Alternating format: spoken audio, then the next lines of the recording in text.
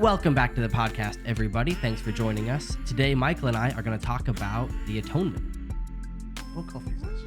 Yeah, good question. So this coffee is from Mexico. Right. To me, this coffee has, it tastes like you're on a farm and you smell the air on a farm and it's like, oh, it smells like farmyard air. Yeah, I did smell it. Yeah, I did smell it before. And then the aftertaste as well. It's like it's a bit bitter in like an astringent way, like tea is sometimes bitter if it's like really oversteeped. Yeah. That's what the aftertaste is. Like it's interesting. It's interesting coffee. I don't dislike it at all. But it's not like that like sweet fruity kind of coffee that I do kind of gravitate towards. So for me, this is probably a 6 out of 10. A 6 out of 10. Okay, Yeah. cool. I've started having when I have coffee at home, I have Dauerberts, just like freeze dried or whatever it is that you call it, and I have like syrup in it and stuff. And quite recently, I've been like not being fulfilled by my coffee, and I'm like, maybe I should start putting less sugar in it. And then I should start putting less milk in it, and I'm like, this doesn't even taste very nice anymore. So I think it's the effect that you're having on my palate. Nice. So maybe I'll try it without and then be like, oh, it's gross, and then I'll have this again.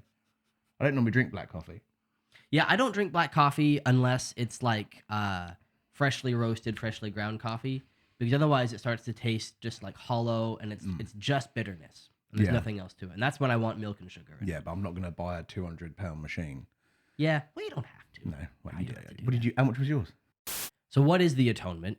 Let's just kind of describe what it is we're actually talking about when we talk about the Atonement. So essentially, it's that in the New Testament, what you read about is the fact that Jesus arrives, does ministry, dies, rises again, and then ascends to heaven.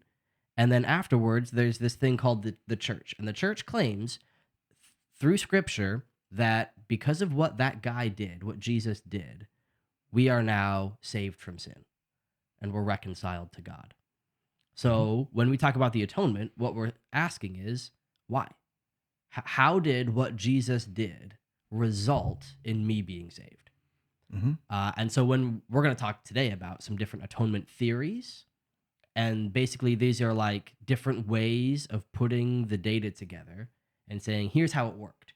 Here's how what Jesus did resulted in salvation. And that's basically what we're talking about when we talk about the Atonement. I think the other question is, what does the word mean? Okay, so what does the word atonement mean? Yeah, do you know? Okay. No. Okay. Oh no, I'm trying to think, because you know when you sit there and you go, yeah, I know what it means, and then someone comes along and goes, no, it means these things, and then you don't know what you're talking about, and I'm going to just go along the lines of I don't know what I'm talking about. Sure. So Sure. I'm going to say something and be wrong, and then you'll make me look silly. So. Well, and the thing is, like people will do that to me as well. Like for example, here's what I know: the word atonement is an English word. Okay. That is a compound of multiple words, and it literally means at one mint. Okay. So it's like two things. I was hearing tone mint. Okay. not a tone as in a sound. No, exactly. Yeah. So at one mint. Okay. At one mint. Yeah. So it's two things that were separate are brought together to be one. That's literally what the word means. So it's a word that was invented. Okay. To have that purpose. Like excruciating is invented, a biblical word, isn't it? Oh, okay. I didn't know that one. Excruciating comes from Jesus on the cross. Excruciating. Oh, okay. So it's an That's excruciating pain, yeah. Oh, wow. Cool. I had no idea. See, now I can bring something. So atonement means to bring together, to make as one. So, but it's an English word. It's an English word. You used to translate from ancient Hebrew. The ancient Hebrew word then. Yeah, let's go to Leviticus 16. Kippur? Yep. Okay. Kippur. So like a fish. Yeah, like a kipper. I'm thinking of your granddad, when he was saying about how Parakletos is like a parrot. and that was how he started the whole discussion on Parakletos in Bethel Steps, and then we could start one here by talking about fish. I feel like that's a rabbit trail. It is going to be. Right, so we have limited camera batteries. So exactly, yeah. Right. So let's just skip here. Yep. Let's leave the word discussion for now, though, Yep. and talk about how did what Jesus did bring salvation. Mm-hmm. And I think what maybe we should do is just kind of run through the different views of the atonement Yep. and give a brief description of each one, so Mhm. people have all the sort of information on the table, Mm-hmm. and we'll talk about which ones we like or think are biblical, or how we kind of put all this together. Cool. Okay. Let's All do right. that. With my limited biblical knowledge, I'll decide which one's biblical. Yeah, perfect. Yeah. Excellent. Cool. Let's go for it. I have listed here 5 different views of the atonement. Mm-hmm. My suspicion is that there are more, I would think so. Yes. but I think these are the most popular ones. Okay. Cool. You and I both watched Stop myself again then from going on a rabbit trail and a rant. But go on. You and I both watched a YouTube video Yep. to get ready for this. Yep. And in that video, they ran through these same 5 views of the atonement. Yep. And it's kind of given us some information to start with. Yep. There's a little more I want to talk about than they got to in that video. But if anybody's interested and you want to watch that video as well, let me know and I'll give you a link to it. Here are the 5: penal substitutionary atonement, recapitulation, moral influence, ransom, and Christus Victor. Let's start with penal substitutionary atonement. Which is the standard that everyone I goes think to. I think Yeah. so. Yeah, and it's also one that is has become sort of a dividing line lately. So I'll explain what that means. So penal substitutionary atonement is the idea that Jesus bore the penalty of our sin when he died on the cross. So the sin that we commit, God, being just, requires punishment for that sin. He says bore the penalty. Mm. That'd be the propitiation. Yeah, that's right. Yeah, Yep. propitiation is God's wrath being poured out on the innocent Mhm. for someone else's salvation. Yeah, so a Would that be right? propitiation, is a sacrifice Mhm. that removes wrath. Right. Okay. Yep, Yes. yep, so but, yeah, but exactly. God's wrath is on Jesus at the time, isn't it? Exactly, that's right. So it'd be like someone jumping in front of a bullet, maybe. Yeah, yeah, Kind of like that. Kind yeah. of. A very crude so, way of looking at it. Yep. Except that penal substitution, specifically like a bullet that was deserved. So like But our not- sin means we have to pay the price, the punishment, Yes. and Jesus paid it for us. Exactly. Yeah. So yeah, it's okay, not cool, just yeah, that randomly we were in danger and Jesus saved it from us, but that we deserved what was about to happen. And Jesus, though he Yeah, was innocent, someone- took it for Because us. the job in which I do, this is probably quite apt as an example, but like someone paying someone else's fine Yeah. for them. Yep. Exactly. So rather than so you get a fixed penalty and then I come along and just go, I'm going to pay that for you. Yeah. It's kind of like that, but Yeah. on a much grander level than that's me a good paying example. £100, Yep, exactly. Okay. So since in this construct, this understanding, since our penalty has been paid, our sin is paid for, Yep. we are now then free to Do whatever we want? No, Oh, but right. we are united with God. And Oh, that's so, a good thing though, right? Yes, Okay, exactly. cool, Well, that's the excellent. atonement. That's us Yeah. the two being made one. Okay, cool. Because the penalty's been paid. So we're not free to do whatever we want then. No. Okay, we're cool. not. Right, No, that's he's good then. prepared us for good works that we would walk in them. Excellent. There you Yeah. go. Well done. Penal substitutionary atonement, we're going to shorten that to PSA Yep. for the purpose of our conversation. I Okay, think what I'm else going to does, use PSA. Yep. Let's just give a quick example. Mhm. The first one here on my list is 1 Peter 2:24 and 25. It says, he himself bore our sins in his body on the tree, that we might die to sin and live to righteousness. By his wounds you have been healed. For you were straying like sheep, but have now returned to the shepherd and overseer of your souls.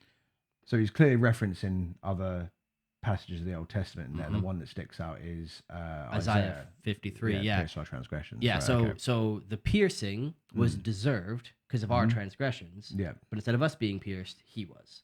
of course. He Yeah. took the punishment Yeah. instead of us. That's the idea. And then it says that we might die to sin and live to righteousness. And that's the substitutionary idea. It's like the switching places. So say that again. So we might die to sin. Yep, because he died. Mm-hmm. We didn't. Mm-hmm. But now we've been united with him in the sense that our places have been traded. Mm-hmm. So he was our substitute. So we've died to sin because he died. And we appear to clean to the Lord on the final days. Exactly right. Yep. So he takes our place, we take his place. That's a substitutionary idea. Yeah. To me, penal substitutionary atonement, PSA, is clearly biblical. Yep. But It's a view of the atonement that has come under attack, I guess I could say, lately, Mm-hmm. especially in more like progressive circles of Christianity. Right. The reason being is once you start talking about PSA, wrath comes up really quick, doesn't Yeah, it? and you can't have anything bad. You can't have naughty Well, things. yeah, well, it's can't be this, angry people don't like thinking of God as being angry. because God is love and love is love, right? Yeah, Yeah. well, and you can imagine like Mm. a misunderstanding of PSA Mm-hmm. could be like God is just so angry at you for the bad stuff you've done that he just can't help but just kill something. And so Jesus steps in and takes God's just uncontrolled rage Mm. so that you don't have to be killed by God. And that's not a good understanding No, because of the character of God. yeah, because it's making me twitch. Yeah, 'Cause exactly. it It's doesn't make horrible. any sense, yeah. But if people are thinking of it that way, they're gonna say, "Well, I reject penal substitutionary atonement because it leads to that kind of understanding of God," which it doesn't. But people sometimes think that it does. I'm sorry, but that's not. Then It's you not got, Christianity no, anymore, is it? I was Yeah. literally about to say that, but I didn't want Yeah. to make I didn't want to make an assertion without Yeah. having something to back it up with Yep. more than just this one verse. But yeah, that's not Christianity, is it? Yep. Now, to be fair, both of us believe in PSA. Well, I look on a surface level. I look at PSA and I look at Ransom and Christus Victor as we Mhm. discussed, and I Mhm. think those work from what I understand of the Bible, Yeah. and I think, based on what I understand, they're the most correct versions and most biblical. Yeah. I wouldn't say I know because I've not read the Bible back to cover or Sure, studied it. Yep. Does that I'm make with you. sense? Yep, Is that a absolutely. fair reply? Yeah. Okay. Let me say one more thing about. Mm. Well, here, let's come back. Mhm, Let's yeah. move on from PSA and Okay. talk about the rest, and then Right. if we want to talk more about how it compares to them and Mhm. which ones we like, we can then do that. Cool. Recapitulation is the second one I have on here. Did Yeah, that one make sense to you at all? When I was looking at this, I zoned out when I Sure. was hearing it, Yeah, and and then they went on to something else, but it didn't seem right to me. And normally, if I zone out on something, it's because it doesn't make sense. So I think that's probably what it doesn't. Maybe it doesn't make sense. That's Yeah. why I zoned out because I don't quite understand what recapitulation means. Honestly, the word capitulate, I don't know. Let's look it up. Yeah, because I always imagine capitulation to be like I'm going to capitulate and not get started on my job. Although that could be something else. And recapitulate. What is this? It's a dictionary, is Yeah, it? dictionary recapitulate. Summarize and state again the main points of. Yeah, so it's like you're taking a lot of stuff Right. and you're summarizing, you're compiling a summary of that stuff. Yeah. Okay. Okay. The idea of recapitulation is also a bit fuzzy to me, but here's Yeah. my understanding of it. Right. Jesus relives the experience or retells the story of humanity and Israel. So let me give you some examples. So when Moses is born, Pharaoh is killing all the baby boys in Egypt. So Mhm, Moses' mother puts him in a basket in the river, and he Okay. ends up being saved. Israel then is under attack from Egypt, Mm-hmm. and they go through the Red Sea, and they're saved. So they're like this, the same kind of elements of the story kind of happen in story form. Does that make sense? Like Would what it- happened to Moses is similar to what happened to Israel. Isn't the same thing happened to Jesus? Exactly. So then Jesus is Fled to born, Egypt. and Herod is killing all the baby boys, so he flees to Egypt. Right. Then, when his ministry starts, Jesus is baptized, right? He goes through the water, and then he goes into the wilderness to be tested for 40 days. After Israel went through the Red Sea, For 40 days. they're tested in the wilderness for 40 years. So it's the way Jesus' story is being told. Isn't there another 40 something as well in the Bible? 40 There's days, lots isn't of it? 40s. Yeah. Yep. So this is like this is almost like it because I have said before, like I think a lot. What about it's something to do with like Melchizedek? Wasn't there something there as well? For like, if you look at it as a recapitulation, as in telling it before Moses. Some people believe that Melchizedek is another form of Jesus. Someone thinks that even Jesus might come again as someone. Yeah, some people believe that Jesus will come again, but not as Jesus on a white horse and all that sort of thing. He'll just come back again, and that's obviously something else. But it's like taking what I've said before to the next level when you talk about the atonement with it, because I've said like, well, isn't the Bible a lot of it like a dry run, like a Sure. like the tabernacle? And your sermon this weekend was Yep. we are the temple, you know, Yep. so we are the tabernacle. Yep. We are indwelt by the Spirit. So it's like go, well, if it's there, if it's there, and if it's there, and if it's there, then maybe it's in the atonement. Yeah, so here's how I'd put that together. A lot of the Bible is looking forward to future things. Things that you wouldn't necessarily think are prophetic actually are prophetic. Like they're picturing something that's going to happen in the future. And the majority of it is focused on Jesus. In fact, I would say pretty much all of it is focused on Jesus. For Bible. example, like the sacrifices. Oh, right. Yeah. People at the time didn't necessarily think the sacrifices were a prophecy of something that would happen in the future. And yet the New Testament tells us they were a picture of what Jesus would one day do as our perfect sacrifice. It's like the benefit of hindsight, isn't it? Because at the time they're just following the 618 laws that they were following one after the other. I think it's 618 of the Mosaic laws, 10 commandments, and adding and adding and adding and adding, sin sacrifices, blood sacrifices, and all these things, and putting your hands on a goat and then sending it into the wilderness. I think like a lot of it, like you said, like we've said, there's a dry run for that for being Jesus. But at the time, and even up until and even after, they didn't believe in Jesus. They were still doing the sacrifices. Yeah. So to them, it's just part of what they're doing. Yeah, Does to that make some. sense? Yeah, to some. To some, they read the scriptures and they saw what Jesus did, and it caused them to believe. To some, they rejected the Messiah and they held on to their traditions that were now fulfilled. Yeah, even if it happens right in front of them, still some still won't believe. Yeah. But now recapitulation, what it's saying is, basically humanity tried and failed. Israel tried and failed. Jesus tried the same thing and succeeded. So it's like God called us to something and we failed to do it. God called us to be his image bearers and we made golden calves, you know. We did the opposite of what we were supposed to do. Jesus is called to all the same stuff we were called to, but he actually succeeded. So are you using the right word in tries? When you say is he tried and he tried and he tried, and people tried, Jesus tried.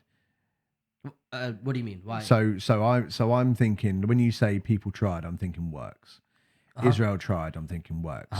Now when you say Jesus tried, in my head, when you say that, it implies that the end was never known from the beginning, and that Jesus was never might not have succeeded. Ah, okay. So when you say tries, I'm thinking, is it works or is it actually what was supposed to happen? Because if you're using the word correctly, then that's why recapitulation wouldn't make any sense. Because to me, it will all work out in the end. Because that's the plan, right? I mean, I think the end was known from the beginning for God, and I think that there was never a genuine possibility that Jesus would fail.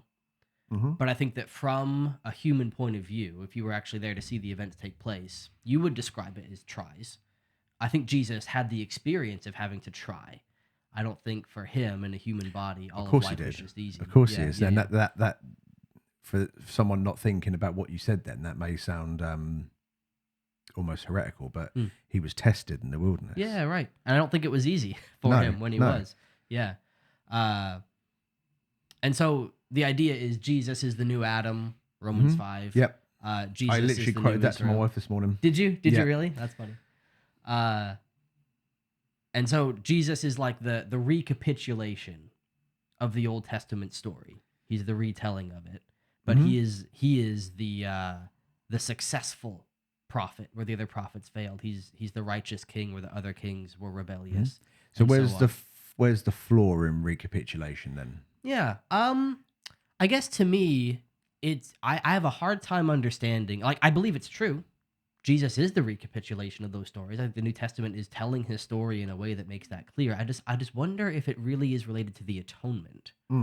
Is that a salvific thing? Does it bring salvation? The ultimate goal at the end of it is salvation, of recapitulation. Anyway, yeah, that's true. So maybe it's one of those things that we've discussed before, that maybe they don't divide us like we think they would. The telling of the story isn't the salvation; it's the death and resurrection. Is not cheating death. Defeating death is the in faith in it is what saves it. Saves you, right? Right. So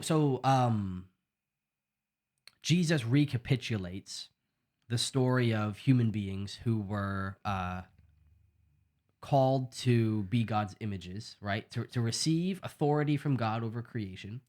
Yeah, your favorite psalm, right? Yeah, I love it. I can't help but go back to this. What humans did is they said, well, actually, we want our own authority and our own power. We're going to use it for our own benefit. And they take the tree of the knowledge of good and evil, and they plunge themselves into sin. Jesus is given power and authority, Yeah. but what he does is he is obedient and humble. He does the opposite of what they did. So much so that he even went to death on a cross. In a recapitulation view, the fact that Jesus dies for our sin is, at least in part, because of him succeeding in humanity's task. So failure of humanity. Because he lived a perfect life. Because he lived a perfect life, and because he did not do it for himself. He was willing to accept suffering instead of exalt himself. And that brought him to the cross. And that's what all humans should have done in the first place. They should have not done everything for themselves in a selfish way to exalt themselves, but they should have humbled themselves to help others. And Jesus did that where humanity failed. To the glory of God. Yeah, right, exactly. Yeah, because that's what glorifies God and not glorifies us. Yeah. So I think the recapitulation view has that in mind. Yeah. And I do think that's biblical, but I don't think it on its own explains the atonement. No, I think it on its own explains recapitulation. Mm-hmm. Yeah. I think it's part of an atonement, maybe, but I don't think you can hang your hat on it and say you're saved. That's a good way to say it. Yeah, I think you're right. Let's move on from recapitulation. Yep. Moral influence That's is number the next 3, one. isn't it? Yep, number 3.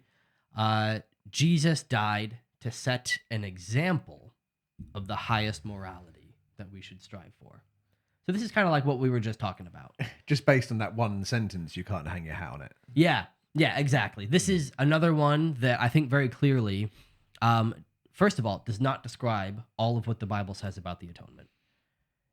It's not everything. No. Second of all, it on its own does not reunite us with God because it doesn't actually take care of our sin problem. No, because because you can also just say that a Muslim would believe this. Mm-hmm. Yep. Anybody who is living a life that reflects any kind of morality, is participating in an atheist would believe it. Yeah, exactly. An atheist who would study arguments for and against the crucifixion could argue this, because you get people go, well, I don't believe he was the Son of God.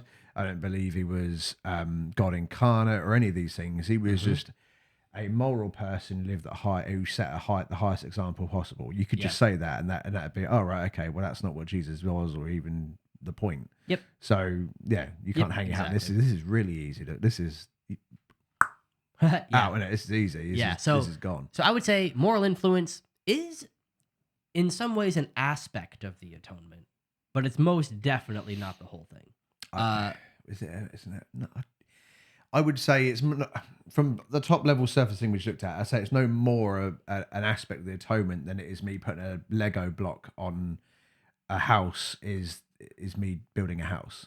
Okay. Out of Lego. It's a piece of. It's an incredibly small bit, I think. Yeah. Okay. Interesting. So let me read Philippians 2:5-8. Have this mind among yourselves, which is yours in Christ Jesus. Have this mind. Yeah. Go on. Yep.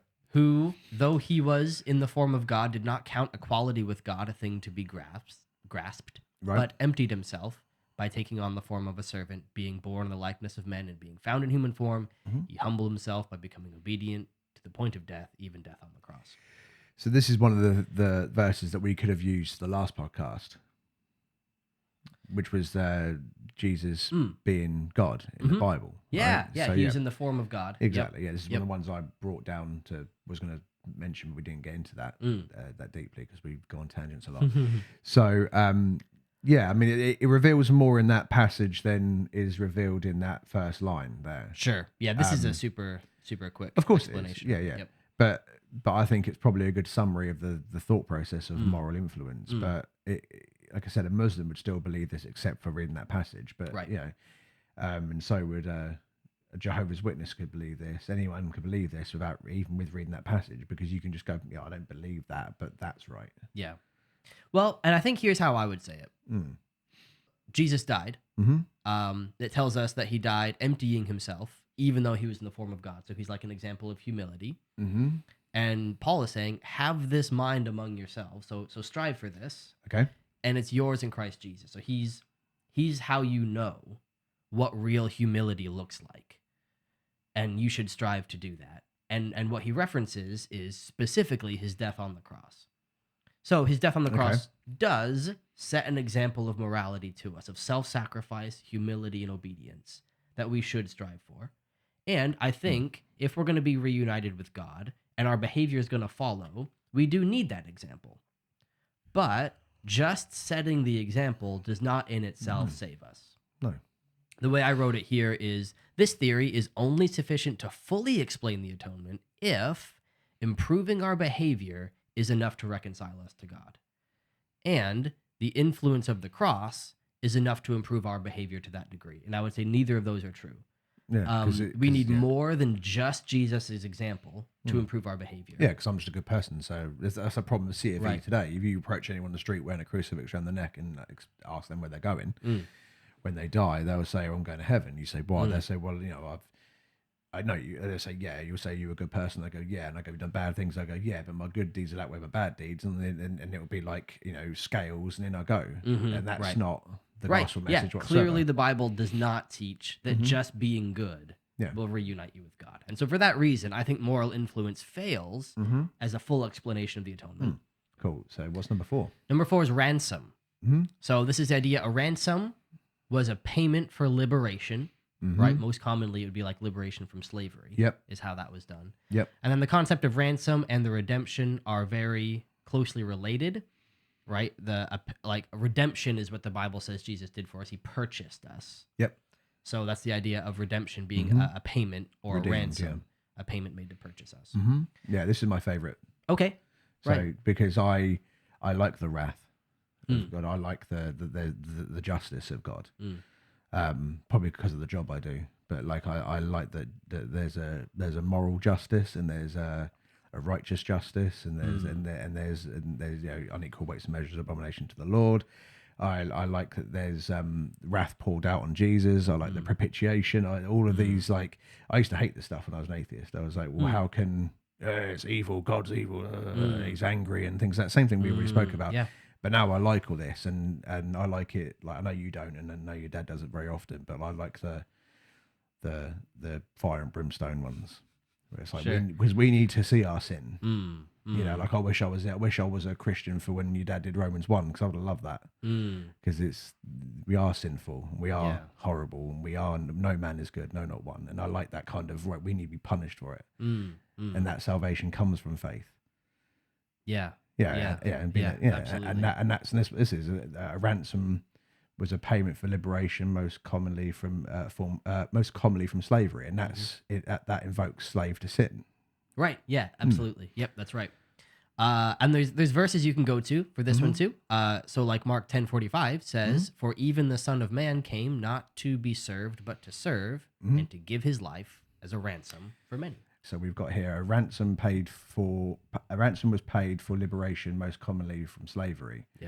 So slave to sin, the concept of ransom and the redemption. So the redemption would be So Ephesians 1 says, "In him we have redemption through his blood, the forgiveness of our trespasses, according to the riches of his grace."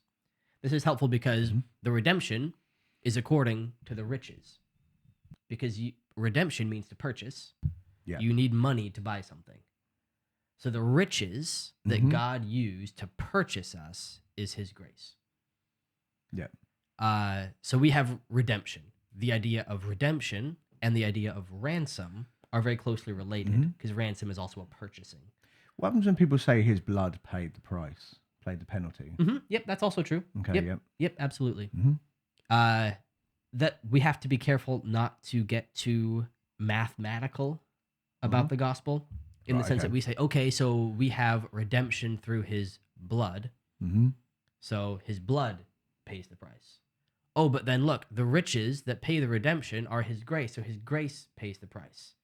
So now we have a contradiction. Is it blood or is it riches? That's getting way too mathematical about it. The riches that pay the redemption. But how did the riches pay the redemption? How does God's grace save us? By the blood of Jesus. So Yeah. the two things are not contradictory. No. We just have to be careful of not turning the gospel into a mathematical equation. Mm-hmm. Okay. So ransom theory. There might be a couple things we want to say about that, but let's just explain the last one here before we start. Which is Christus Victor. This is the one that in sort of more progressive circles of Christianity, people are replacing PSA with Christus Victor. People really like Christus Victor. So Christus Victor, does that mean Christ's victory? Yeah.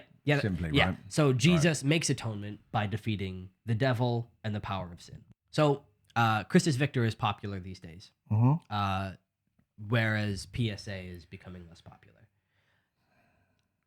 Christus Victor is a very, what's the word for it?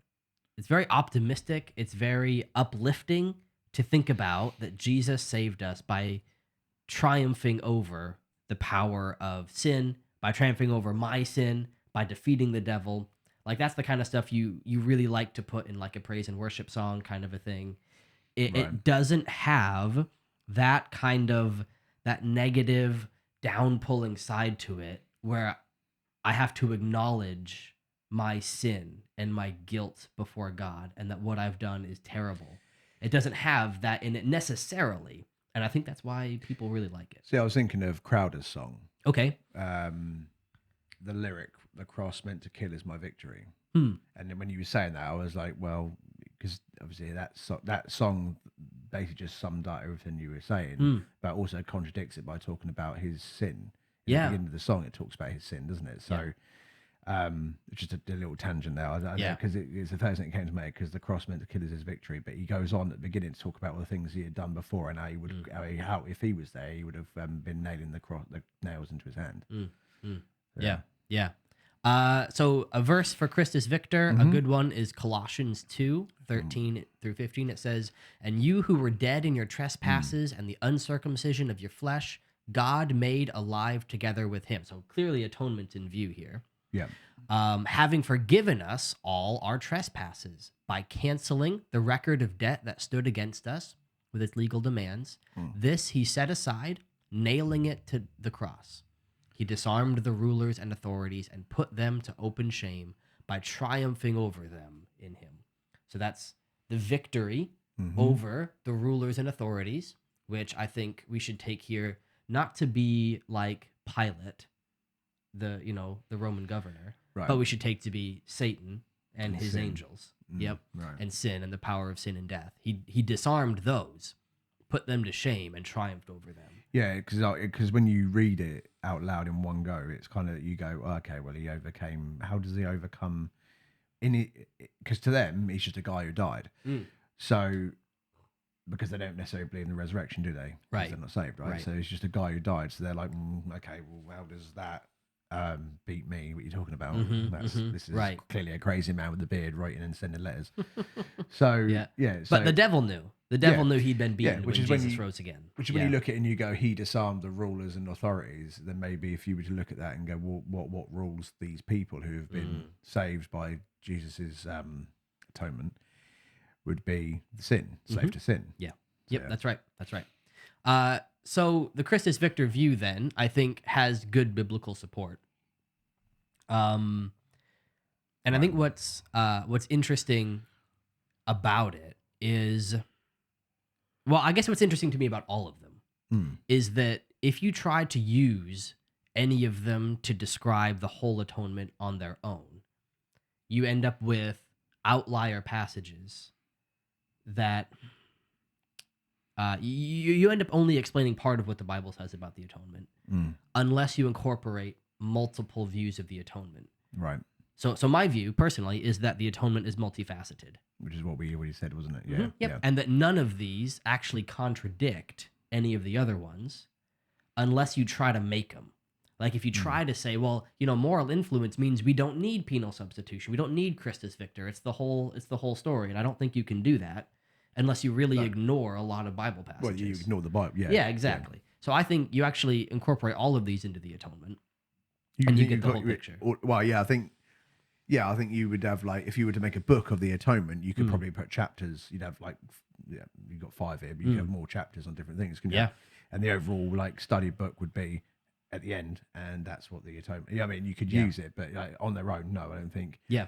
because the most probably comprehensive one would be PSA, but I mean, you can't just have PSA because you'd miss out on ransom as well potentially. Yeah. So, and I guess here's what's interesting. One possible view that did occur to me that people might take, and I think this would be fine. I don't think I agree with it, but it'd be fine. Right. Is you could say PSA is the only one of these that is actually the means of atonement, and all the others are just results of the atonement. Yeah, it sounds more like because ransom is something that like God and Jesus are doing. But the So, like- moral influence is an outsider's look on something. The recapitulate. It's all what someone's opinion. But I think PSA. Yeah, all these seems to be. Yeah, I'd say 2, 3, 4, and 5. Recapitulation, moral influence, ransom, and Christus Victor are all potentially opinions on atonement, and I'd say PSA is probably got an opinion in it, but it seems to use the Bible to back up its opinion, and so does ransom. But I think you can look at it and go, well, this is what we think God was doing. Yeah. Well, and I think you could say, like, we're ransomed from sin. Yeah. But how did we get ransomed from sin? Yeah, Because Jesus took our place because of that's when you penal do the- substitution. that's when you do the exegesis, right? Yeah. Yeah. And so I think that this is a fair view that you could say PSA is the only one of these views that is actually the atonement. As a result of the atonement, PSA, we have, moral influence. That's an outworking of the atonement. And we are ransomed because of the atonement. And he triumphed over the devil, but that's not the atonement. It's because of the atonement. You know what I mean? Yeah. And I'm just trying to think if you were to take out PSA, but then you would get into the idea that people know it's written on their heart, they know God, and you end up with something like Romans 1, they denied him in unrighteousness. Because I'm thinking because I was shocked, because I like to go against everything you're saying. Yep. So yeah, you're right. I think you're right in what you're saying. Then you can add the recapitulation to it to make it make sense. Moral influence is part of it as well. But I'm trying to think, could you be moral about PSA? Well, of course you can. You can be moral about PSA because you get moral atheists who do. Right. Do you know what I'm saying? So I think Yeah. of it from an atheistic point of view, like as an atheist, as a former atheist myself. Yeah. So I would be like, yeah, you can be a good person without you can be a good person Right. without believing in Jesus' death and resurrection, but you'd be only good in the world. You wouldn't Right. actually be good before God. Right. That's exactly right. Yeah. Those are the different views. Leviticus 16 is the passage in the Old Testament where God describes to the Israelites how to do something called the Day of Atonement. So God had given, and Leviticus describes this, God had given different sacrifices for different purposes. And the Day of Atonement was like the big, special, important one. Like right at the center of the book of Leviticus. Is this Yom Kippur? I believe it is. Yes. Remember? Kippurs There you is go. atonement, and Wow. Yom means day. I didn't even think of that. Yeah, See, Yom there you go. Kippur. Yeah, there you go. Yep, absolutely. The day of fish. I'm gonna. There you go, that's it. So I'm not going to read Leviticus 16 because it's going to take forever. Of course. If you're listening or watching along, a good time to pull up Leviticus 16 would be now and have a quick look at it. I'm going to describe what happens. Just pause it here. In Leviticus 16, on this Day of Atonement, several sacrifices are made. They have to cleanse the tabernacle. They have to cleanse the priest. All those kinds of things. Yeah, when I was doing my, I was trying to read the Bible in a year, and you get to Leviticus, and you just want to smash your head into the book because it is extensive, isn't it? It is. Yeah, Leviticus is basically instructions mainly to the priests on how to be priests. So it's really technical. What to wear, how to walk, all kinds of detail. Yeah. Exactly. In the Day of Atonement, the central part of it is these two goats. So the priest in Leviticus 16, 7, and 10 has to choose between these two goats. Something is going to happen to one of them, and something else is going to happen to the other one. So the priest casts lots. Okay. And then now are we recapitulating casting lots now? Probably. Right, yep. yeah. We're going to get there. Yep. So he shall take the two goats set before the Lord at the entrance of the tent of meeting. And Aaron shall cast lots over the two goats. One lot for the Lord and the other lot for Azazel. Azazel. Okay, yep. Yep. Do you know what Azazel is? Is it an angel of the devil or something? Or Probably. okay. Yeah. What's interesting is When I say angel, I mean messenger. Just so right. we know. Okay. Azazel is mentioned here at the end of this passage Mm-hmm. too. That it may be sent away into the wilderness to Azazel. It says at the bottom of what you're looking at, scapegoat. Mm-hmm. Yep. So is Azazel? Is that the Hebrew word for scapegoat? Okay, I guess we'll do this rabbit hole. Yeah. So Azazel, some people say it's like an angel of the devil. It's Mm-hmm. maybe they say it's the devil himself or some kind of cosmic evil power. Right. Some say it's a location because it Okay. says he's sent away into the wilderness to Azazel. So it's like the wilderness or a place in the wilderness. Okay. Yep. It does say that. Yep. Or some say, like what you said, that if you break down the compound words of Azazel in Hebrew, Yep. it could be translated as the goat that goes away, because the word for goat is El, and the other part of the word could mean going away. Right. So the goat that goes away is the scapegoat. Yeah. Yeah. The word scapegoat comes from this passage. Okay. The goat that basically takes away people's sins. Right. And carries them into the wilderness. Cool. So what happens is they choose the two goats. One of the goats they kill as a sin offering. Yep. As atonement for the people. The other goat, the priest lays his hands on the goat and confesses the sins of the people onto the goat, and they send it out into the wilderness to Azazel. And that's how atonement on the Day of Atonement works. Right. So are they still doing this in Israel? I'm not an expert on what Jews are doing today. My understanding is that not since the temple was destroyed in 70 AD have they been practicing sacrifices exactly according to the law. Yeah. I did hear that if they do start doing that, we should be worried, and I don't know why exactly. But there's some end times views that involve rebuilding the temple and bringing sacrifices back. Yeah, but that's a different podcast. Yeah, right. So, few interesting things here. There's two goats instead of one. Yep. I think that's interesting. To me, that says one goat was not sufficient for describing to the people for getting them to understand how atonement worked.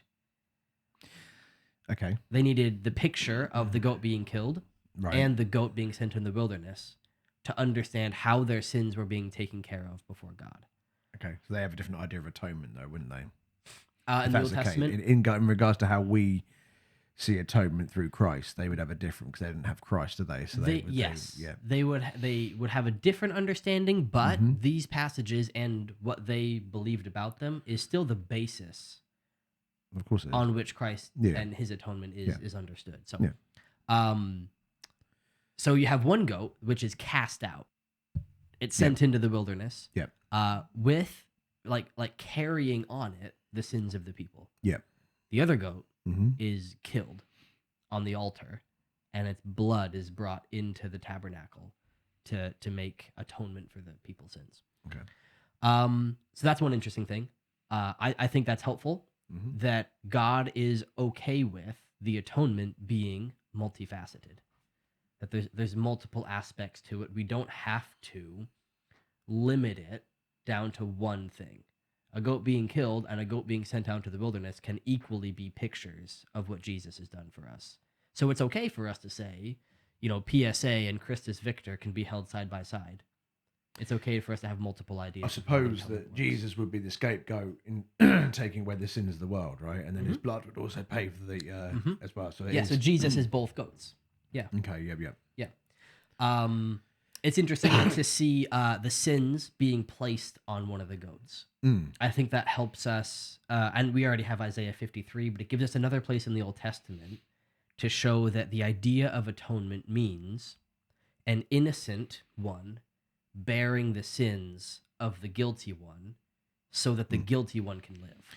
Yeah, because one has sins on it and is cast out. The other one doesn't have sins on it and is sacrificed. Right? But the people, it's their sins. Yeah. And they get to live in the presence of God because a goat died in their place and because a goat was cast out. So they don't have to be cast out and they don't have to die. And you think about it as well, like the how like boring that must have been after about 58 times. Yeah. You know, and how like you wouldn't appreciate it after the 59 times, and you'd be like, oh, again, another Yom Kippur, put it on the go, out it goes every year, the same thing. And then Jesus comes along and does it himself. If they've seen the Yom Kippur thing happen over and over and over and over again, and they only may be in their 20s themselves, some of them most definitely, but to then go, now this is the ultimate Yom Kippur, Yeah. and I didn't even recognize it. Yeah. It's interesting then. Lots get cast over these two goats. One gets sent out to the desert to Azazel, and maybe we should talk more about that, but maybe not. Yeah, well. Lots get cast over Jesus' clothes. Yeah. When he's crucified. And there's also this story right before he's crucified about how the people choose between two men, one of whom is set free and one of whom is killed as atonement for their sins, or at least they don't think of it that way. They're going to murder him. I didn't even think about Barabbas being. Didn't even think about it like that. Yeah. And that's interesting because if I think again, you can take it too far, and you can say, okay, so Barabbas is the scapegoat and Jesus is the one that dies. So Jesus was never the scapegoat. And I don't think that's right. I think Jesus is both goats because our sins are placed on him. Isaiah 53, 1 Peter are clear. Our sins are placed on him just like they were on the scapegoat. Do you think it's multifaceted in regards to, like, if you want to see something through a recapitulated mindset, you would spot that and go, oh, yeah. Do you know what I'm saying? Because we said it's multifaceted, right? Yep. So you would see, and I would have seen both Jesus being both goats, right? But then if you just stop and go, oh yeah, Barabbas is also a goat. Yeah. So you can look at it and go, well, Jesus is one goat and he's one goat, but you can also say Jesus is two goats. It sounds like I'm not making sense, but do you understand what I'm saying? I think so. I think I know what you're saying because I think you could take the story of Barabbas and you could say, I'm Barabbas, me Trevor, because I'm set free. Because Jesus died in my place. Okay, yeah. So it's like his atonement has made me free. Or you could say, okay, the Jesus and Barabbas is the two goats. One is set free and one is killed. And in those two understandings of the story, the meaning of the goat who's set free is different. Because the goat that's set free, it dies in the wilderness. You know, it has sins placed on it. It's not a good thing. That goat's not in a good situation. But in the understanding of me being Barabbas, that is a good situation. Like he's freed. He's not killed. Yeah. Because Jesus is killed. And so I think you could take that story those two different ways. I guess what I wonder, and I think this is true, is that it's okay to take it both ways. That I think it's okay to recognize it. Yeah. I think it's good to see that when Matthew in Matthew 27, 15 through 23 tells that story of Barabbas, he's trying to make you think of the scapegoat on the Day of Atonement. Yeah. He wants that to come to your mind. But he also wants you to see yourself as Barabbas being set free because of Jesus' sacrifice. He doesn't want you to think of yourself as the scapegoat because the scapegoat has its sins on it and we're freed from our sins. But you could do an entire study just on the Barabbas, couldn't you? You probably could, yeah. What's interesting is in some translations, in some ancient manuscripts, Barabbas' name is Jesus. His name is Jesus Barabbas. Right, okay. In most of our translations, that the name Jesus is not in there. Right. But in some it says Jesus Barabbas and Jesus who is called Christ. And so it's two Jesuses. So in a sense, almost highlights the two goats again. I think it highlights them, but what's also interesting is Barabbas means son of the Father. So it's Jesus, son of the Father, and Jesus, the Messiah, are the two Jesuses. And the people choose Jesus, right. Son of the Father. They say, we want that one. We want him to be. So is it Jesus' twin brother?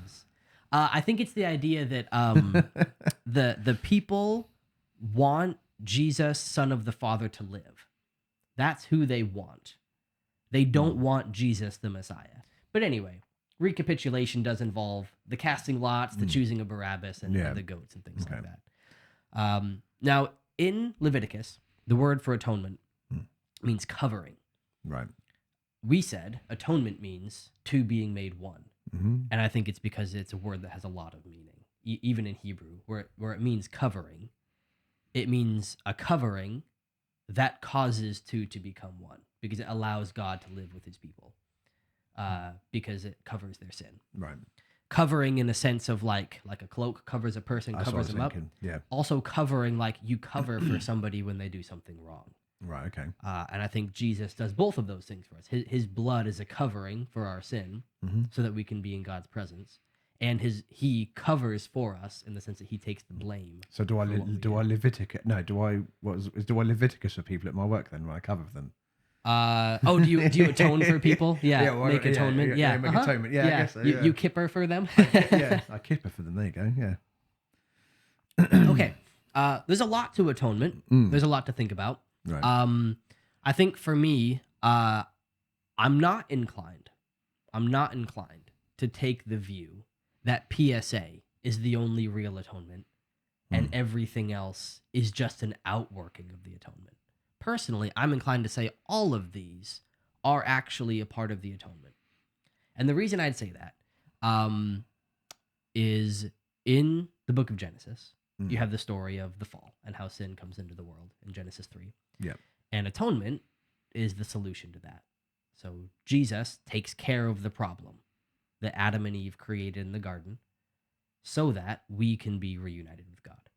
But Genesis goes on to tell of more things that humans did that took them even further from the presence of God, like Cain committing murder. I think Genesis 6 is the story of angels or these supernatural beings mixing with humanity, and then spiritual evil is now oppressing us, right? And then you have the Tower of Babel, how people who are all one group of people are separated off, and only one gets chosen to be God's people. All the rest are separate from him. So I think that the fall narrative of humanity is not just Genesis 3. It's Genesis 1 through 11. It's all those stories. So the atonement is about more than just fixing Adam and Eve's sin in the garden. It's about fixing all the other stories, which is why in the New Testament, all of those nations that were separated from God are now brought back in to be part of the family of God. The Gentiles are now included in the covenant through Jesus. That's why the Christus Victor view is the undoing of, I think, Genesis 6. We're oppressed by spiritual evil that has mixed with humanity. Jesus comes and he casts out the demons and he liberates us from the power of the devil. And so I think the atonement being multifaceted, there being multiple problems Jesus has to fix in his death, is appropriate understanding based on that. So for me, PSA, absolutely correct. I would even maybe say the core of the atonement. No, it seems like the foundation. Yeah, but I would say things like Christus Victor view, ransom theory, recapitulation, and maybe even moral influence. I'm a little uncertain on that one. Yeah. Are more than just results of the atonement, but they are actually part of the atonement themselves. Okay. Yeah. What do you think? Well, have you learned anything? I've learned a lot. I when you were talking just then, I was thinking to myself, well, how are they saved in the Old Testament if they didn't have any in the same atonement? But then we know that because they did the burnt offerings and the I don't think those, because they are part of their salvation as well, because it's one of those hard things. Like, I've heard people ask this question and I can answer it, like when they're asking it, because I go, well, it's obvious, here's why. But then when you're sat here and we're discussing it, it falls out my head. So it's like, so how were they saved without Jesus then? Yeah. So if there was no Jesus and there was no like saving sacrifice and resurrection, then how are they? How is anyone saved in the Old Testament? Is it just through the burnt offerings and the sin offerings and because by acting in that way and fulfilling, well, they couldn't fulfill them, that's what's the problem, those Mosaic laws, then they would, because they can't fulfill them, they have no Jesus, then how are they saved? Yeah, it's a good question. It's a hard one.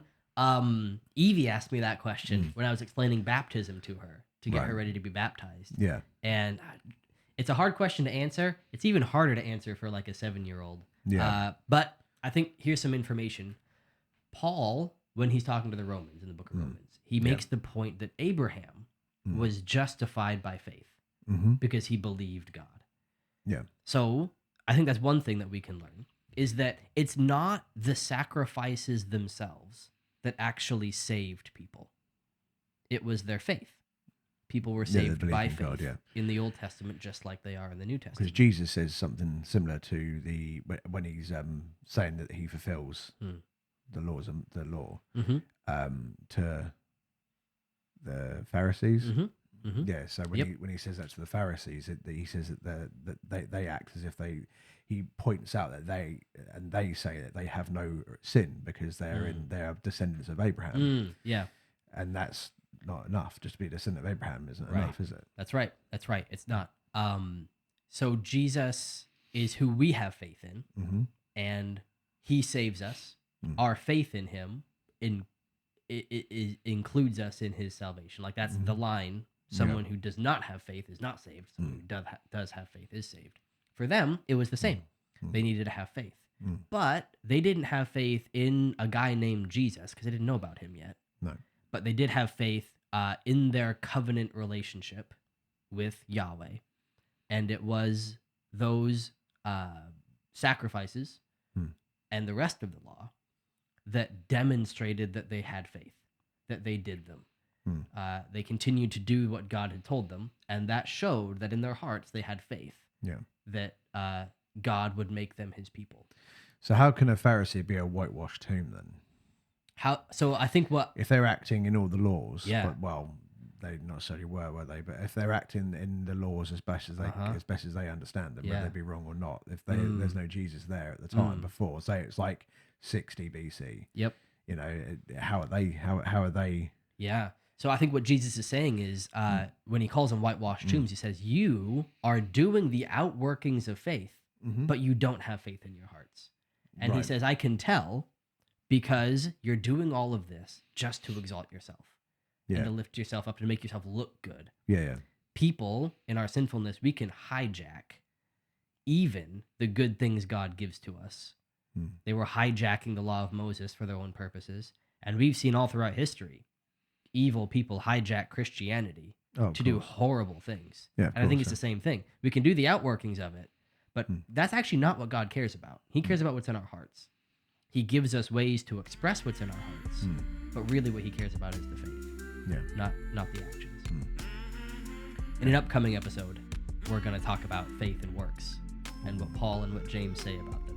It's going to be cool. Oh, maybe it's James and not Peter. I think I'm talking about. You might.